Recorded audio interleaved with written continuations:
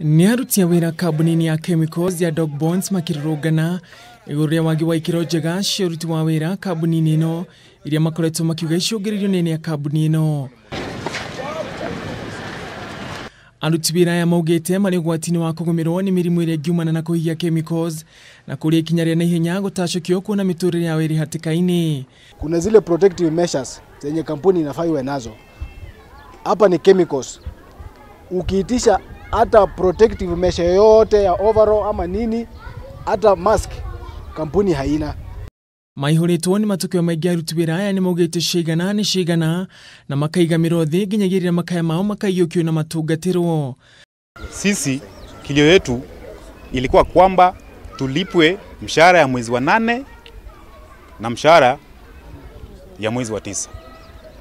Sasa tuko mwezi wa 10. Boss anasema yeye atatoa mshahara ya mwezi wa 8 na tuko mwezi wa 9 wa 10.